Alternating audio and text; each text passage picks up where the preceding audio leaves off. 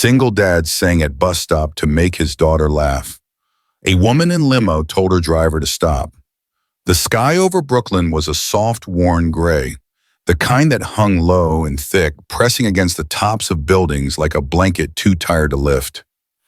It wasn't raining, not yet, but the clouds looked heavy with unshed tears.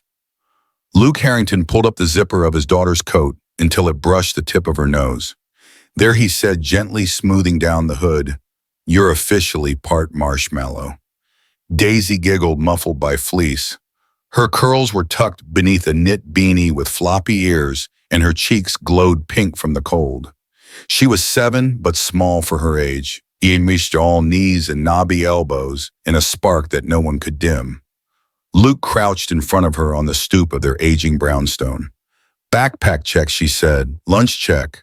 Emergency gummy bear for emotional support." She grinned and pulled a single red gummy from her jacket pocket, holding it up like a trophy. Luke smiled, but the curve of it didn't quite reach his eyes. He stood adjusting the strap of his messenger bag over his shoulder. The bag was scuffed, worn at the corners, and weighed more with worry than with work tools. They stepped off the stoop, together, Daisy holding his hand as they made their usual walk to the bus stop on 5th and Lenox. The sidewalks were damp with last night's drizzle, and the city smelled of wet concrete and coffee shops waking up. Brooklyn buzzed in a way that could make a man feel both seen and invisible in the same breath. Luke had lived here most of his life, but ever since Maggie passed 2 years ago, it all felt dimmer. Not lifeless, Daisy wouldn't let it be, but like someone had turned the volume down on joy. Every morning was the same. Make breakfast, braid Daisy's hair badly, pack lunch, clock in at the part-time job at the hardware store, deliveries on the side, and in between it all, moments like this, walking hand in hand, their feet in sync, Daisy humming the theme from her favorite cartoon. He cherished these walks. They were quiet, sacred, untouchable. Daddy, Daisy said as they waited at the crosswalk, "If I had superpowers, I'd make clouds shaped like cats." Luke glanced up at the sky. "You already do. I see one right there, fat and fluffy, just like whiskers." Daisy's eyes sparkled. "That one looks like Mommy's bread rolls." He laughed. "You're right, with that little dent in the middle." There it was. Her memory dropped gently into the conversation like a stone in a pond. It didn't hurt the way it used to. Some days it even made him feel whole again. Not healed exactly, but whole. They reached the bus stop as the wind picked up, tugging at coat sleeves and making Daisy's backpack jiggle. The shelter was half broken with plastic panels that rattled in the wind, but Daisy didn't seem to mind. She sat on the bench, swinging her legs. "Tell me a story," Luke thought for a moment, then knelt down in front of her and lowered his voice like a stage actor. "Once upon a time," he said, "there was a brave princess who lived in a magical city called Brooklyndom. She had a unicorn named Sprinkles, a bunny who loved detective work, and a dad who made pancakes that were just okay." Daisy giggled. And one day, while waiting for her royal carriage, she discovered that her laughter could make the clouds disappear. She leaned forward, wide-eyed, completely absorbed. Luke didn't tell stories because he had to. He told them because they stitched their lives together. Because in a world of bills, long shifts, and empty chairs at the dinner table, stories gave them something else: softness. The bus was late, the wind got colder, and somewhere from far-off clouds began to rumble. But Luke didn't care. He had his daughter's hand in his, and for one more quiet morning, they had time. The first drop landed on Daisy's cheek like a teardrop from the sky. She blinked up at the clouds, nose scrunching. "It's raining," she said, her voice small. Luke glanced up too, sighing as the gray above finally gave in to its own heaviness. The drizzle began slow, light, apologetic, but within moments it turned into a soft, steady shower that darkened the pavement and left their bus stop bench slick. The awning above them, already cracked from years of wear, leaked in 3 places. Luke shifted so Daisy could sit in the driest corner, though it wasn't saying much. She huddled close, clutching her worn backpack and stuffed bunny to her chest. Her legs stopped swinging. Her shoulders sagged. It was subtle, but Luke felt it like a punch in the chest, the way her energy faded with the sunlight, the way she stared at the sidewalk like she was watching hope drain through the cracks. She hated the rain. Not just because it was wet or cold or made her socks soggy, but because rainy mornings reminded her of hospital rooms, of silence, of goodbye. Luke swallowed hard. He couldn't change the weather. He couldn't bring back the sun. But maybe he could bring back her smile.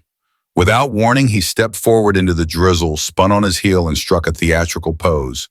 Raindrops fall and boots go splat. But Princess Daisy don't mind that. She's got courage in her toes and bunny ears to fight her foes. Daisy blinked. Luke grabbed the pole of the bus sign like it was a Broadway spotlight. He twirled dramatically, slipping slightly in a puddle, but caught himself with a grin. She's a storm-fighting hero with snack-time power. She melts the clouds with just one flower. A passing jogger gave him a strange look. A woman nearby, standing with a coffee, raised an eyebrow. A teenager pulled out his phone and started recording. But Luke didn't care. He was singing for an audience of one. Daisy's mouth quivered. Then slowly, like the sun peeking through thick fog, she smiled, and then giggled. He could have stopped there, but he was in it now. He added a dramatic tap dance, complete with exaggerated arm flails and a loud gasp as he caught raindrops in his mouth. Rain or shine, she's got her dad, and even wet socks can't make her sad, so bring your clouds in thunder. Boom, we've got giggles to chase the gloom. Daisy clapped her hands, her laugh ringing out loud and clear as her bunny bounced in rhythm. Luke bowed deeply, water dripping from his nose. Thank you. It'll be here all week or until the bus finally shows up. Her giggle grew into a full laugh. You're silly, Daddy. He shrugged, still grinning. Anything for my queen. And across the street, unnoticed by either of them, a sleek black limousine came to a slow, deliberate stop. Inside, behind a veil of tinted glass, a woman in a tailored navy suit stared out through the rain-streaked window. She said nothing at first. Then in a calm, clear voice, "Stop the car." The driver hesitated. "Here." "Yes." She leaned forward, her gaze locked on the man singing in soaked jeans and the little girl clapping with her whole heart. "Stop. And don't drive off." The limo eased to the curb. The woman didn't move. She didn't even reach for her phone. She just watched a single dad make a fool of himself in the rain, and watched how the little girl lit up like it was the sun itself returning. In the quiet hum of the idling limo, she whispered to herself, almost like a confession, "I need to know who he is." The glass separating her from the street was tinted one-way seamless custom. No one could see inside, not even in daylight. At night, it was like looking into a void. But Evelyn Caldwell could see out perfectly, and she couldn't look away. The man was still singing. He wasn't good, at least, not in a polished, stage-trained way, but there was a certain rawness in his voice that tugged at something she hadn't felt in years. His jeans were soaked, the sleeves of his hoodie clung to his arms, and the soles of his shoes squeaked slightly with every exaggerated move. But none of that mattered, because the little girl was laughing, real, unguarded laughter, the kind Evelyn hadn't heard since her own childhood, maybe. She wasn't sure anymore. She sat very still in the back seat, a leather folder on her lap unopened. She'd been heading home from yet another business dinner, caviar cocktails, investors pretending to be friends. Her head still hummed with wine and obligation. And then the song, the giggle. A father dancing in the rain just to bring color back to his daughter's world. "Mom," the driver asked again. "Should I wait here?" Evelyn didn't answer right away. Her eyes lingered on the man. His face was tired beneath the humor. Not defeated, more like weathered. He looked like someone who carried more than he showed. But when he looked at his daughter, something in him softened, lit up. It made Evelyn feel like she was intruding on something private, something sacred. But she stayed. "It's just a bus stop," Dad, her assistant, would say if she were here. Sweet but not relevant. Evelyn had heard those kinds of dismissive phrases for most of her life. But this didn't feel irrelevant. It felt important, familiar even. Mom, the driver prompted again gently. She reached into her bag without breaking eye contact with the window, pulled out a slim black card and handed it forward. Find out who he is. Yes, Mom. The driver glanced once more in the rearview mirror, but knew better than to question her tone. The car remained parked, purring low and sleek against the curb. Evelyn looked back at the scene outside. The man had stopped dancing, now crouched beside the little girl. He was wiping her glasses on the hem of his shirt carefully, like it was the most important job in the world. It was such a simple act, and yet Evelyn felt her throat tighten. She pressed her fingers against the glass, though she didn't know why. Maybe it was the way he looked at his daughter, or the way the girl looked back like he'd just saved the world.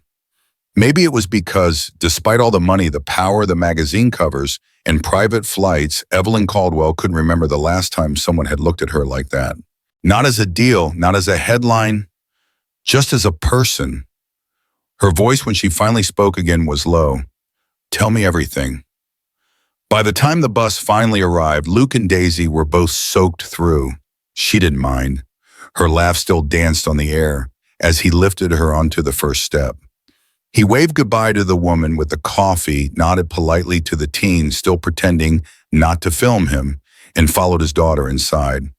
He never noticed the sleek black limo across the street pulling silently away, and he didn't see what it left behind. Later that night, after Daisy was tucked into bed, hair curls, towel dried, and Bunny safely beside her, Luke padded into the living room with a mug of tea and a sigh. Bill sat in a neat stack on the side table. His phone blinked with unopened delivery requests. He ignored both.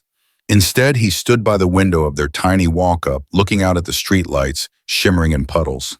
The rain had stopped, but the quiet it left behind still hung in the air like a held breath. He didn't know why he felt different, lighter somehow. Maybe it was the song, or the way Daisy had laughed like nothing else mattered. Whatever it was, it stayed with him. He turned away to check the door's bolt, just a habit, and that's when he saw it. An envelope. Black crisp edge slid under his door. No address, no stamp, just his name in handwritten silver ink, Mr. Harrington. Luke frowned. He bent to pick it up, heart ticking a little faster. Inside was a single sheet of fine cream paper. No letterhead, no branding. Just a note, short and precise. I watched you sing in the rain this morning. It reminded me what kindness looks like when no one is watching. Would you consider joining a private event as a guest performer? No pressure, but the world could use more voices like yours. E. Caldwell. Luke sat down slowly. Caldwell, the name nudged at something in the back of his mind. A memory from one of Daisy's bedtime stories about a woman who ran charities like empires and wore heels sharper than her board members' tongues. Evelyn Caldwell, heiress, CEO, recluse, philanthropist, maybe the most powerful woman in New York. He looked at the letter again, half waiting for it to vanish like a dream. But it didn't. On the back, in fine print, was a phone number. In 3 words written in softer handwriting, "Come as you are." Luke stared at those words. He hadn't been invited anywhere in years, not really, not without conditions, not without needing to dress up, tone down, or pretend to be someone else. And now a quiet, anonymous invitation, not to perform for money, not for fame, but because someone saw something in him that was worth sharing. He looked toward Daisy's door. She'd told him once when he was feeling small, "Your songs make the day better, Daddy." Maybe she wasn't the only one who thought so. Luke didn't sleep much that night. He just sat at the window watching raindrops linger on the glass, holding a letter from a stranger who somehow saw straight through it all. Luke didn't call the number for 2 days. He carried the envelope in his jacket pocket, worn now at the edges from too many times taking it out and putting it back. Each time he read the same sentence over again. "Come as you are." It was both the most welcoming and most terrifying thing he'd heard in years. He wasn't a performer. Not really. He was a dad who sang at bus stops, a guy who delivered groceries, fixed leaky pipes, and told bedtime stories with off-key lullabies. Still, something about the note lingered. It wasn't just the offer. It was the way it had found him quietly without a camera, without a hashtag. Like someone had noticed him in a city built to overlook people like him. On the third day, his phone rang. Unknown number. He almost didn't answer. Then he thought of Daisy's smile in the rain and picked up. Luke Harrington speaking. A pause. Then, "This is Evelyn Caldwell." Her voice was lower than he expected. Steady, not cold, but careful, like someone used to controlling every word. "I didn't want to pressure you," she said, "but I realize asking someone to step into a world like mine isn't fair without more context." Luke sat down on the edge of his couch, trying to keep his heart from galloping. "You're the woman from the limo?" "Yes," she said simply. "And I'd like to ask you formally to sing at an upcoming charity gala." Luke blinked. "Me, I believe in impact," Evelyn said. "And sometimes the smallest voice in the room can shift the entire mood." "What I saw that day, how your daughter looked at you, how strangers stopped to listen. I think that's exactly the kind of moment we need more of." Luke swallowed hard. I'm not polished. I don't sing for crowds." "I don't want polished," she said. "I want real." That silenced him. Then she added gently, "You wouldn't be performing alone. We'll handle everything, transport, wardrobe, if you need it, your schedule. And your daughter is welcome, of course." Luke blinked. "Daisy, yes. She's part of your story. I don't want to separate that."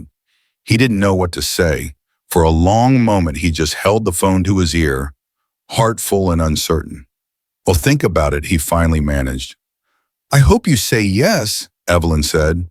Then softer, "I think a lot of people need to be reminded of what sincerity looks like." Click. The call ended, but the moment stayed. Luke looked across the room to where Daisy was drawing dinosaurs with bunny ears. She looked up, grinning, unaware that her world might be about to change again. And for the first time in a long time, so did his. The rehearsal hall was nothing like Luke expected.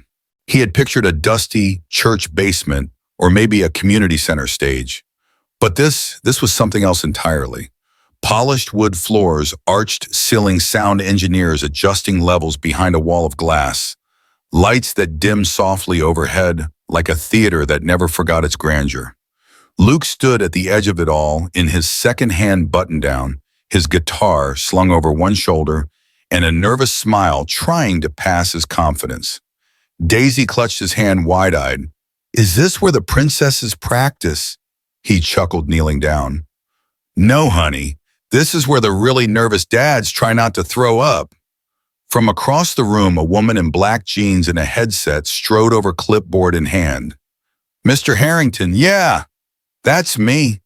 Mina will be your rehearsal coordinator. We've got a mic check in 10, and Evelyn asked me to remind you, no pressure. Just be yourself, right?" Luke nodded. "Just myself." He stepped toward the mic, heart thudding. A few musicians milled about near the back reel, professionals with smooth hands and relaxed expressions. One of them gave him a polite nod. Another offered a friendly thumbs up. Luke took a deep breath, adjusted the strap of his guitar, and stepped into the center of the room. For a moment, all he could hear was his own breathing. Then he remembered Daisy sitting cross-legged at the edge of the hall, hugging, her bunny eyes locked on him. And he sang. The first note wavered, so did the second. But then he closed his eyes, thought of the rain-soaked morning of his daughters, laugh at the bus stop, and of how the music wasn't supposed to be perfect. It was supposed to be honest. He kept going. His voice cracked slightly in the bridge, but he let it. His foot tapped the beat, steady, grounded. He ended the song the way he'd always done, soft, simple, no flourish, just a quiet hum that faded like breath on glass. When he opened his eyes, the room was still. Mina blinked, then scribbled something on her clipboard. The musicians exchanged glances. One slowly set down his coffee. And from the corner, Evelyn Caldwell stepped forward. He hadn't even noticed her enter. She said nothing for a moment, just folded her arms and studied him like someone who'd been holding their breath, and finally exhaled. Then with a voice quieter than the air itself, That was exactly what I hoped it would be. Luke looked down at the floor, unsure what to do with praise like that. It wasn't perfect. No, she said. It was real. That's rarer. Daisy ran up to him, then throwing her arms around his waist. You sounded like a movie star. He laughed, resting a hand on her head. More like a bus stop star kiddo. Evelyn smiled faintly, something flickering in her eyes. Same thing if the right people are listening. Luke didn't know what kind of world he'd just stepped into, but for the first time he didn't feel like an outsider in it. Evelyn Caldwell had never been particularly comfortable around children. Boardrooms, yes. Billion-dollar mergers, certainly. Paparazzi and PR spin, absolutely. But kids, they were unpredictable, messy, and worst of all, honest. So when Daisy skipped into the rehearsal lounge carrying 2 juice boxes, one for herself, one for Evelyn, Evelyn froze. The little girl held it out like an offering. You look thirsty. Evelyn blinked. Thank you, she said slowly, accepting the small red box like it was a fragile crystal award. Daisy climbed onto the plush velvet chair beside her legs, swinging. Bunny perched in her lap. She took a long sip of her own juice, then glanced up at Evelyn. You don't smile much, Daisy said matter-of-factly. Evelyn turned to look at her, startled. Excuse me, Daddy says some people forget how. But I don't think you forgot. I think you're just saving it. Evelyn stared speechless for a beat. Then, despite herself, she laughed. A small, genuine thing that surprised even her. Daisy beamed. See, I knew it was in there. Evelyn looked at the little girl sitting beside her, wide eyes, messy curls, juice mustache, and all, and something inside her softened. This child, so open and unfiltered, didn't care about who Evelyn was on magazine covers. She didn't care about power or stock prices or last names. She cared that Evelyn looked sad, that someone needed to smile. Your dad is remarkable, Evelyn said finally. Daisy nodded. He's the best singer in the world, but only when I'm there. Oh yeah, if I'm not there, he sings kind of quiet, like he's trying to keep it all inside. Evelyn looked down at the juice box in her hand. That sounds familiar. They sat in silence for a moment. Not awkward, just easy. Then Daisy said softly, You look like someone who used to sing. Evelyn blinked. Why would you think that? I don't know, Daisy said. You just have that music in your eyes look. And just like that, Evelyn felt the sting of tears she hadn't expected. Because once a long time ago, she had sung. Before the boardrooms, before the legacy, before the weight of other people's expectations smothered her own voice. Daisy rested her head on Evelyn's arm. It's okay. You don't have to sing out loud. Sometimes it's enough to hear it in here. She pointed to her chest. That's what Daddy says. Evelyn looked down at the girl beside her and for a moment felt something she hadn't in years home. Not a place. Not a building with marble floors and 20-foot ceilings. Just connection. Real, small, powerful. More than a song.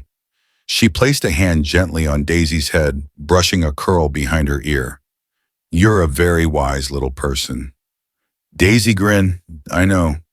But Daddy still makes me go to bed at 8. Evelyn smiled again. A real one this time. It was late when the gala planning meeting finally ended. The team filtered out of the penthouse suite with nods and tablets in hand, leaving behind plates of uneaten canapes and half-finished glasses of wine. The city outside glowed like a map of stars, but inside Evelyn, Caldwell sat still, one hand resting on her temple, the other idly turning her phone over and over again. She didn't hear the soft knock until the second time. Luke poked his head in. Too late, Evelyn looked up, blinking. No, come in. He stepped inside slowly, holding 2 cups of coffee. I thought you might be in one of those still deciding moods. She took 1 cup gratefully. How'd you know you had the same look during mic check yesterday? He smiled gently. You get quiet when you're about to say something hard. Evelyn stared into her coffee, then said quietly, The past has a way of showing up loud. Luke sat across from her. Yeah, it does. A pause, And then she said it. When I was 12, I watched my father walk out of a boardroom and into an ambulance. Luke didn't speak. He waited. He had a heart attack mid-negotiation. She continued, and I remember thinking, even then, not about losing him, but about how I was going to keep the company from crumbling, how I'd have to be ready. Luke's brows furrowed not in pity, but in understanding. Evelyn met his eyes. I've lived every day since as if it were the one thread holding everything together. And the music, Luke asked softly. She hesitated. I used to sing with my mother, she said, before the world expected me to be someone else. After she passed, it felt selfish, indulgent. Luke nodded slowly. Sometimes surviving feels like a betrayal of what used to make you happy. He said it so gently she nearly dropped her coffee. What about you? She asked, quieter now. Luke exhaled. Her name was Melissa. She loved thunderstorms, said they made the world honest. Evelyn smiled faintly. She was your wife. He nodded. She got sick right after Daisy turned 3. It moved fast. I kept thinking I could hold it all together if I just worked more shifts, if I smiled enough. But grief isn't a thing you outrun. It waits. It lingers. Evelyn's voice was low. I'm sorry. Luke shrugged, not with indifference, but with the tired grace of someone who had made peace with pain. I still talk to her sometimes. Usually when Daisy falls asleep. I tell her what we did that day, what I wish she'd seen. He looked up at Evelyn. The music, it's for Daisy, but sometimes I think it's for Melissa too, to keep her from disappearing. The silence between them wasn't heavy. It was reverent, shared. Then Evelyn whispered, the past doesn't let go. No. Luke agreed, but maybe it doesn't have to. Maybe we just carry it better when someone helps us hold the weight. Their eyes met across the space between them. Not as CEO and guest, not as performer and patron, but as two people who had once lost the same thing themselves, and who were in the quiet, uncertain way of healing souls slowly beginning to find their way back. Together, the gala sparkled. Glass chandeliers flickered like captured stars above heads adorned in diamonds and designer names. Waiters glided across the floor carrying silver trays with practiced grace. And in the middle of it all, Luke stood in a tailored black suit, the tie slightly crooked, his fingers tugging nervously at the collar. He felt like a visitor in someone else's dream. Daisy held his hand tightly, her little dress twirling each time she spun toward the dessert table. And somewhere nearby, Evelyn glided through the room, speaking to donors, politicians, and tech moguls with the grace of a seasoned queen. He was about to relax when he heard it. Is that the janitor guy? A whisper sharp as glass. He turned slightly. 2 women in heels and high cheekbones were watching him, one holding a clutch close to her chest, like it might shield her from proximity. He sang at a bus stop. I saw the video. It's gone viral. Viral and invited here, the other murmured. Interesting choice, Evelyn. Luke's ears burned. He looked for Evelyn. She was laughing politely with a senator, but her eyes flicked toward him just for a second. She knew. And so did he. This wasn't going to be easy. Then came the click. Not of heels, but of a camera. A man in a slim-cut blazer and pressed credentials slung around his neck raised his phone slightly, pretending to adjust his glasses. Luke caught it. So did Evelyn. The reporter moved in. Mr. Harrington, he asked with faux innocence, voice syrup slick. Mind if I ask how it feels going from janitor to gala guest? Luke smiled tightly. I'm just here to sing a few songs. Same thing I do at the bus stop. The reporter chuckled. Yes, but you do know some guests are calling this a publicity stunt. Luke's jaw tightened. Before he could answer, Evelyn appeared beside him, calm and sharp. I don't recall inviting you to comment on authenticity, she said evenly. The reporter blinked. Ms. Caldwell, I only meant, what you meant, she cut in, was to reduce a man's worth to the job he used to do, which is lazy journalism. The reporter stepped back defensive. I'm just doing my job. So was he? Evelyn replied, for you called him janitor guy. Now, if you'll excuse us, she turned to Luke, offered her arm. Shall we? He hesitated, then took it. They walked away slowly, whispers following them like shadows. You didn't have to do that, Luke murmured. I did, she said softly, because the world doesn't need more polished people. It needs braver ones. He looked at her, really looked, and in that moment he realized something. She wasn't rescuing him. She was standing beside him, not because of the song, but because of the man. The applause had barely faded when Evelyn disappeared. Luke stood backstage, Daisy hugging his leg, the echoes of his final song still vibrating somewhere inside his chest. The gala had ended on a standing ovation, strangers smiling hands, clapping eyes misty. He should have felt triumphant, but all he felt was alone. He'd searched the crowd for her, Evelyn with her steady presence and quiet strength. But after the speech, after defending him so fiercely in front of the press, she was gone. No goodbye, no thank you, just absence. Back at home, Luke laid Daisy in bed. She curled up instantly still in her gala dress, bunny tucked beside her. He watched her sleep, his heart caught between pride and confusion. He waited for a call, a message, anything. It didn't come. The next day, the assistant said Evelyn had flown out for business. No details, no return date. By the third day, her number sent him straight to voicemail. And on the fourth, Luke saw the article. Caldwell's curious champion, emotional stunt, or strategic play.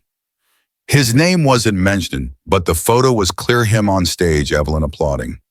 The piece praised her clever emotional instincts and suggested that bringing in a relatable voice was a calculated move to soften her image ahead of a pending board vote.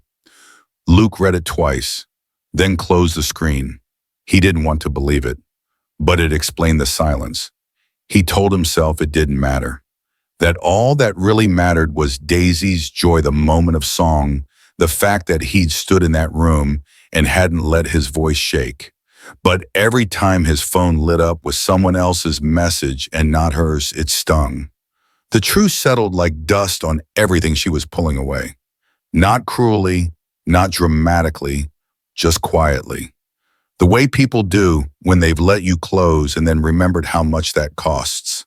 It was raining when Luke arrived, the kind of rain that blurred streetlights and washed away everything that wasn't nailed down.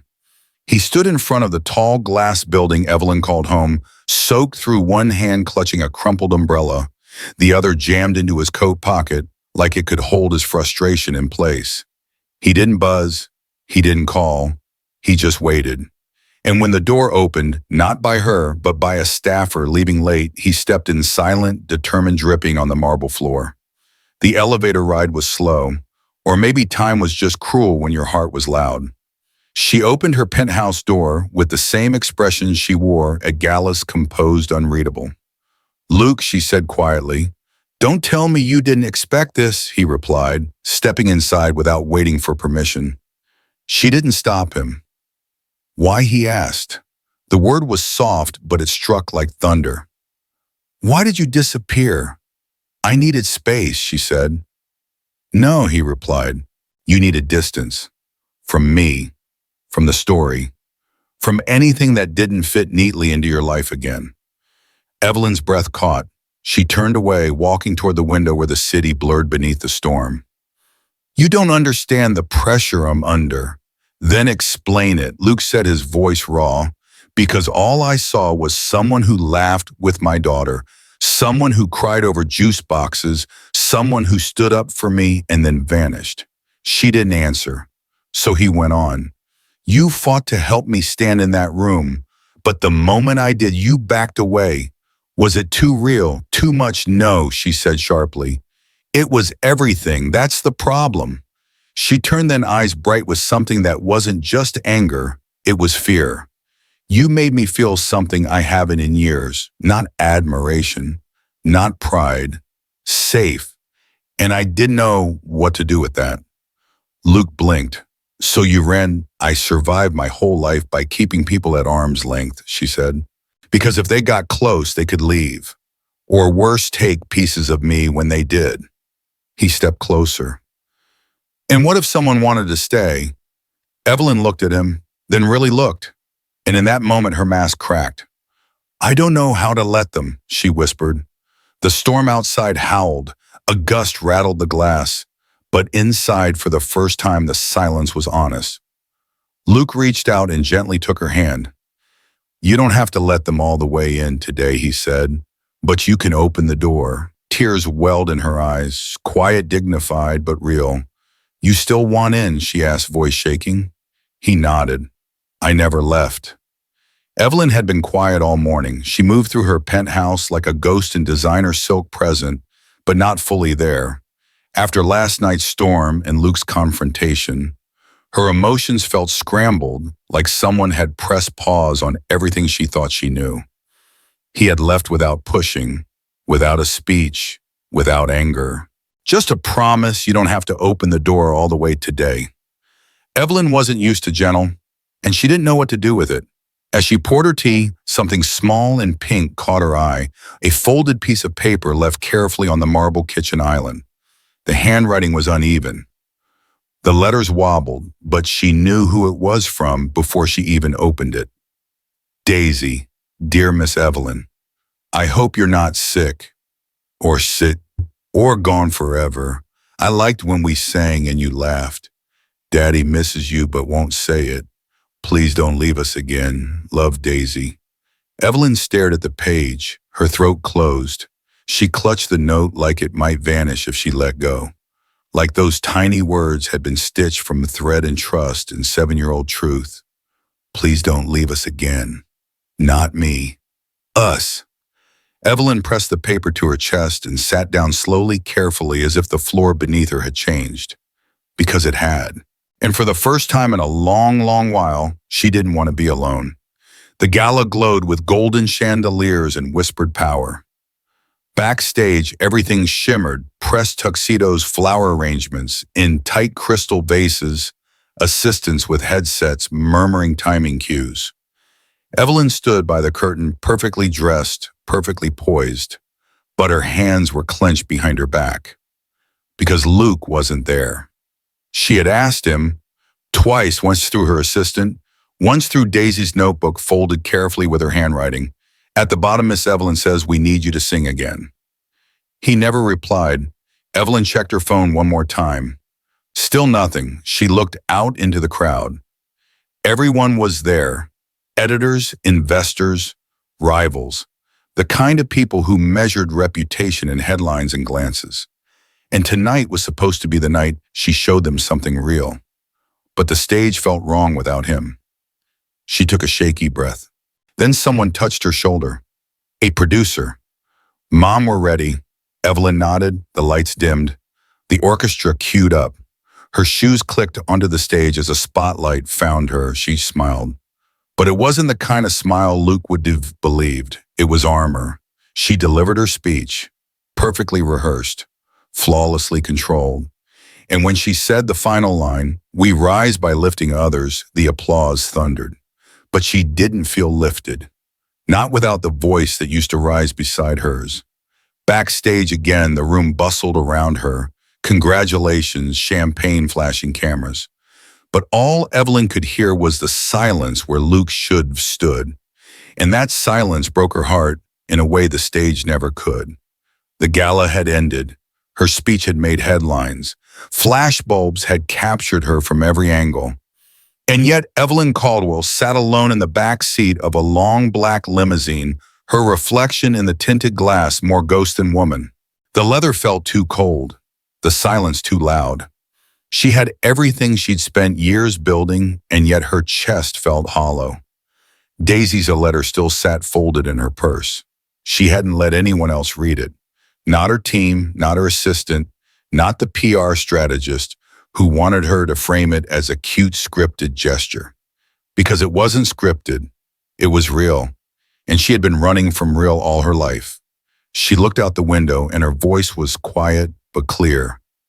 Turn around. The driver blinked. Mom Evelyn leaned forward, her tone more certain this time. Take me to the East 85th and Willow bus stop. He hesitated, then nodded. The limo pulled out of the roundabout, away from the glittering tower of applause and curated smiles. 15 minutes later, they turned the corner.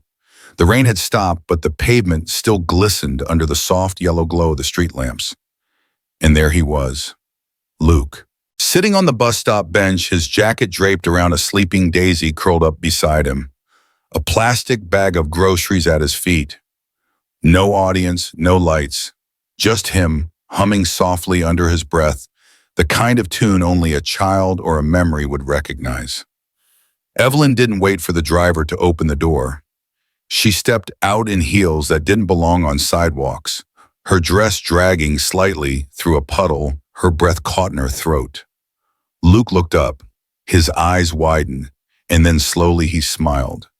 She didn't speak at first.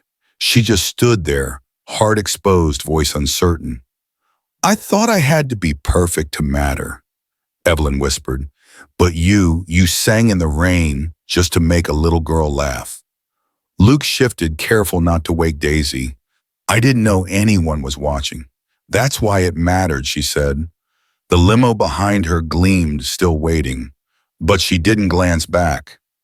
"I left the stage tonight," Evelyn continued. But it didn't feel like the performance was over. It felt like the important part hadn't started yet.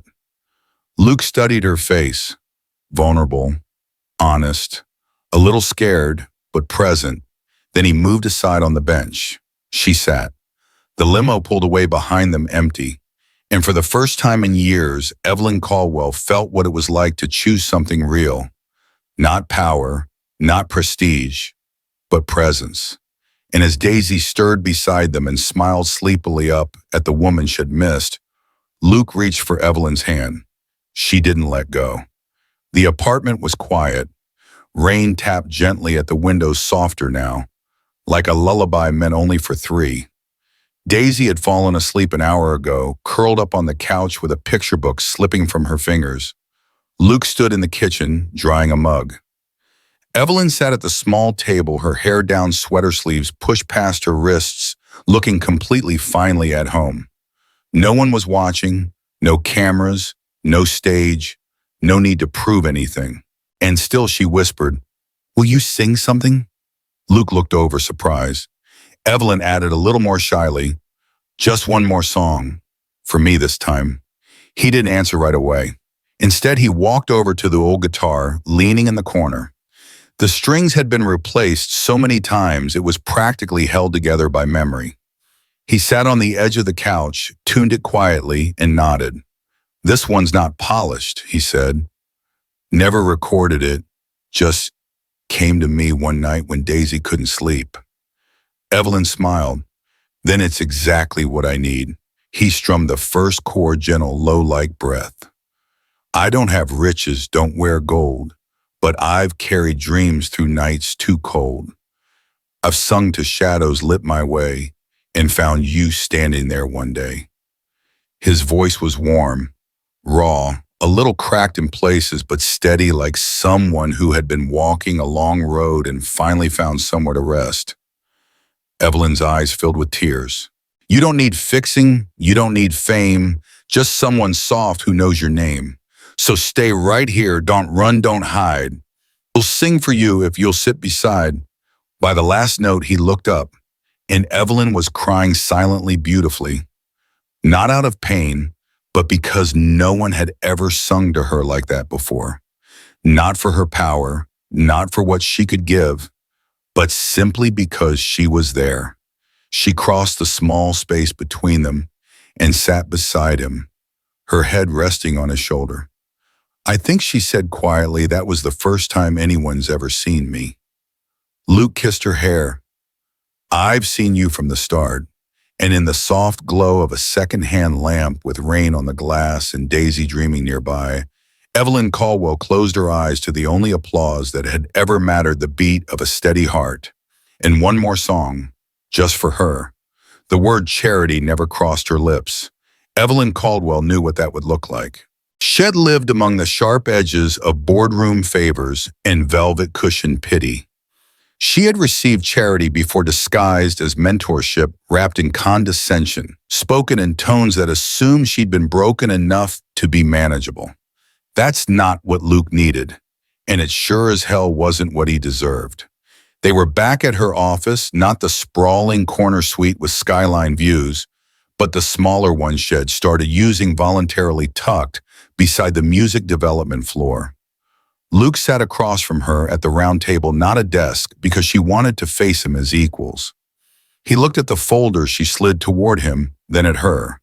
An offer, he asked, cautious. No, she said gently, an invitation. He opened it. It wasn't a handout. It was a contract. Creative development consultant, freelance terms, flexible hours, full control over songwriting and artist mentorship. And one clause highlighted in yellow, all projects must preserve the authenticity that drew me to the music in the first place. He blinked. I'm not trained in this stuff, he said softly. I'm just a guy who used to sing in stairwells and playgrounds. Evelyn smiled. That's exactly why I want you here. He set the folder down, the weight of his past tugging at his sleeve. I'm not looking to be rescued.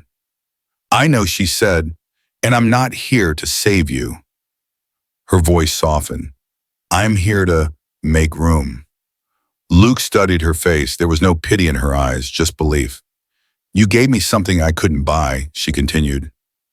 Perspective, peace, a kind of honesty I'd forgotten existed, and I think the world needs more of it. He looked down, then up, and nodded, slowly, carefully. Yes, he said, not because it was safe, but because it was right. She reached across the table, offering her hand, not as a boss, not even as the woman who once vanished behind limo glass, but as Evelyn. And when he took it, the deal wasn't sealed in paper and ink. It was sealed in trust, in something mutual, real, earned, in partnership. The sunlight streamed through linen curtains, soft and golden. It danced across the worn wooden floor, brushing over a stack of children's books, a half-full mug of coffee, and a pair of pink sneakers that hadn't quite made it to the closet. In the middle of it all, Daisy laughed, not the nervous, uncertain giggle from months ago when rain blurred everything and her father sang under gray skies to distract her from how heavy life had become. This laugh was full-bodied, round and bright, the kind of sound that didn't apologize for taking up space. She spun in slow circles around the living room in a mismatched princess costume, singing a made-up song about waffles and outer space. Luke watched her from the kitchen, flipping pancakes and mouthing along to her improvised lyrics. He wore an apron that said Chef-ish Dad flowers smudged on one cheek. His eyes, once tired, guarded, now softened when they landed on her. It was a new kind of morning, no alarms, no late-night panic, just warmth, presence, safety. At the counter, Evelyn sat cross-legged on a bar stool in Luke's old hoodie, sipping tea and smiling at the scene. Her heels were nowhere in sight. Her phone lay face down, untouched. When Daisy plopped into her lap, Evelyn didn't flinch. Instead, she wrapped her arms around the little girl and whispered, "Encore," Daisy beamed. "After waffles." Luke placed a stack on the table. "With extra syrup," he said. "Because it's Saturday," Daisy asked. "No," he said, kissing her forehead. "Because you laughed in the sunlight." Evelyn met his eyes, and he knew she understood. This quiet domestic scene was more radical than any press release, more meaningful than any gala speech. This was earned happiness, a new chapter, a morning where no one had to run, where love didn't knock at 2 a.m. begging for shelter, where laughter wasn't a cover but a promise. And in that sunlit room filled with syrup and song, their little family stitched a memory that would never make headlines, but it would stay forever. It was raining again, not the angry kind, not thunder or storm, but a soft, steady drizzle like the sky was humming its own lullaby over the city. Luke stood at the same cracked concrete bus stop where it all began, same faded bench, same puddle beneath the tilted sign. But tonight the world was watching. Cameras lined the sidewalk. Journalists whispered behind umbrellas. Crowds gathered on either side of the blocked-off street, clutching umbrellas and cell phones waiting. And in the center of it all, Luke Carter tuned his old guitar. A small platform had been set up where the bench used to be framed in warm string lights and soft ivy. There were no velvet curtains, no stagehands, no teleprompters. Just this spot, this bus stop, where he once sang in desperation for one little girl to smile again. And now he sang because he meant it. A producer called out, "We're live in 3-2, silence fell. Then he began. It started in the rain, just me and you in skies that wouldn't bend. You laughed through tears, I sang through fear, not knowing it would end, not in goodbye, but in beginning, not in fame, but something true. In lullabies and sidewalk songs, I found my way to you." Evelyn stood nearby with Daisy holding her hand tight. The limo was gone, the headlines had faded, but this moment glowed brighter than any gala. Luke's voice wasn't perfect. It cracked, it dipped, but it was real. And that's what the world had come for, not another performance, but a man who never expected a second chance, singing like it was the only thing he had left to give. The final note drifted out over the street. No applause erupted. Not yet. There was just a moment thick with breath and meaning and memory before the entire crowd rose in a quiet, reverent ovation. No one shouted. They stood. Because some songs didn't ask for noise. They asked for presence. Luke looked out over the crowd, then to Evelyn and Daisy. She gave him a thumbs up, eyes shining. Evelyn mouthed, "You did it." He smiled, not because he made it, but because he never thought he would. And now he didn't just have a voice. He had a home. The invitation wasn't gold embossed. There were no velvet ropes, no bodyguards checking lists at the door. Instead, it was a quiet knock on the door of their modest apartment, and Evelyn standing there in jeans and a sweater, holding 2 paper envelopes. One small, one slightly larger. "For you," she said to Daisy, smiling, "and this one's for your dad." Luke took his envelope and raised a brow. No red carpet, Evelyn grinned. No performance, just dinner. And a decision. That evening, the 3 of them arrived at a long table set in the rooftop garden of Everlight Studios. No crowd, just candles, string lights, a few curious glances from passing interns who whispered, "That's her," and meant Evelyn. But Evelyn wasn't at the head of the table. She was in the middle, and she had left 2 seats open beside her. One for Luke and one for Daisy. Luke hesitated for just a moment. He'd never belonged to places like this. Suits, deals, power. It was a world his calloused hands and worn boots had always felt wrong inside. But Evelyn looked up at him and said, not as a CEO, but as the woman who stopped a limo for a laugh in the rain, "You don't have to change to sit beside me. You already belong." Daisy climbed into her seat, swinging her legs happily. Luke sat next to her. The servers brought food. Laughter came easy. Talk of songs and sketches of Daisy's drawings taped to Evelyn's office door. The stars blinked overhead, and Evelyn leaned her head briefly against Luke's shoulder as if to say finally. No cameras, no headlines, just this table. And the man who once sang at a bus stop to bring a smile back to his daughter's face now had a seat beside the woman who'd never smiled for real until him. The rain came again. Not a storm. Just a whisper on the windows, the kind that made the city hush and listen. Inside their small apartment, the lights were low, the kettle steamed, and music hummed quietly from a secondhand speaker. Daisy had fallen asleep in a pillow, fort she and Evelyn built that afternoon, fairy lights blinking above her like stars she could reach. Luke was in the kitchen, drying the last dish, when he felt arms slip gently around his waist. Evelyn, barefoot, warm her cheek resting between his shoulder blades. He covered her hands with his own. They didn't speak for a while. There was no need. Outside, the world moved sirens, horns, headlines, decisions. But here in this room, time had folded in on itself, like a song held in a single note. "I used to think love had to be grand," Evelyn whispered against his back. Loud, dazzling, impossible. Luke turned, pulling her gently into him. And now he asked, She looked up at him. Her hair was slightly damp from the rain, her eyes softer than he'd ever seen them. "Now I know it's the quiet things," she said. "The second cup of tea you always pour, the way you hum when you're folding clothes, the way you never ask me to be anything but myself." Luke smiled, his voice barely above a breath. "You still shimmer, you know." Evelyn chuckled softly.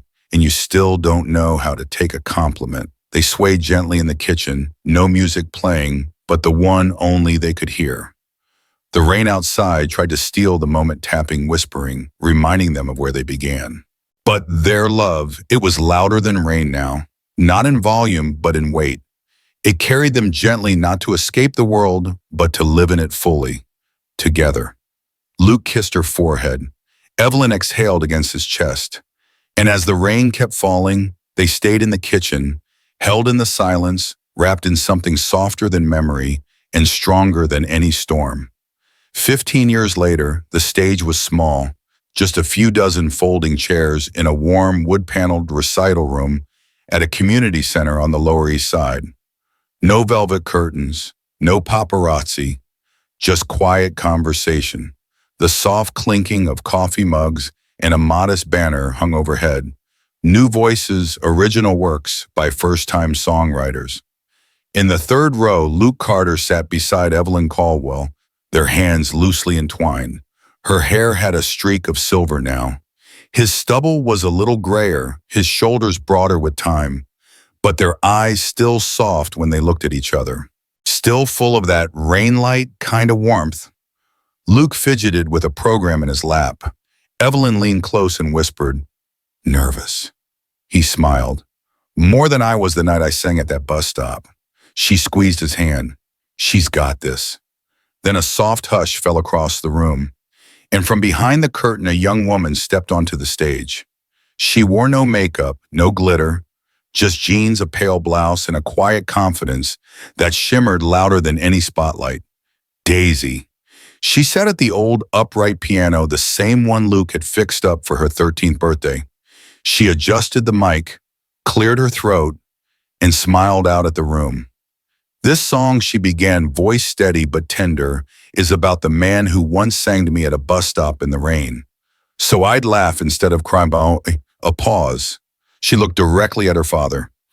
"He doesn't know this, but that was the first time I realized home isn't a place. It's a person." Luke's throat tightened. She turned back to the keys and played. "When skies were gray and shoes were wet and bedtime came with fear, you hummed a tune beneath the storm, so I would always hear that love is not a lightning bolt, not fire in the sky. It's the echo of your laughter, the reason I know why." Luke couldn't breathe. Evelyn rested her head on his shoulder, and as their daughter played her final chord, the room erupted in quiet tears and louder applause. Daisy stood, gave a small bow, then looked to her parents, the woman in the front row who once ruled an empire, and the man who once sang into the storm with only a child to hold on to. She smiled. They smiled back, because they all knew some songs don't end when the music stops. Some stories keep singing, in the people we raise, in the hearts we heal, and in the family we choose under the rain, at a bus stop, and forever after.